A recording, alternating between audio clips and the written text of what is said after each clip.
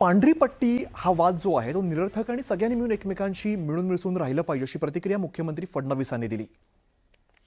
पहिल्यांदा तर मला असं वाटतं की कोणीही कुठल्याही समाजाला एकमेकांसमोर उभं करणं हे योग्य नाही।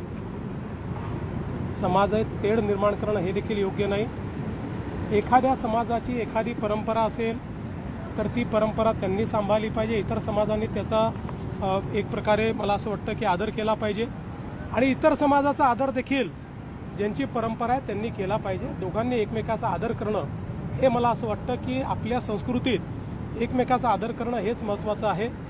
विनाकारण प्रत्येक गोष्टीला वादामध्ये नेऊन त्याच्यामध्ये राजकारण ओतणं यांनी कधीच फायदा होत नाही, त्यांनी मतं देखील मिळत नाही। मी तुम्हाला एक सांगू का, अनेक वेळा चर्चेत राहण्याकरता वेगवेगळे लोक वेगवेगळ्या गोष्टी करत असतात। त्या प्रत्येक गोष्टीला मुख्यमंत्री म्हणून मी बोललंच पाहिजे, प्रतिक्रिया दिलीच पाहिजे असं मला वाटत नाही।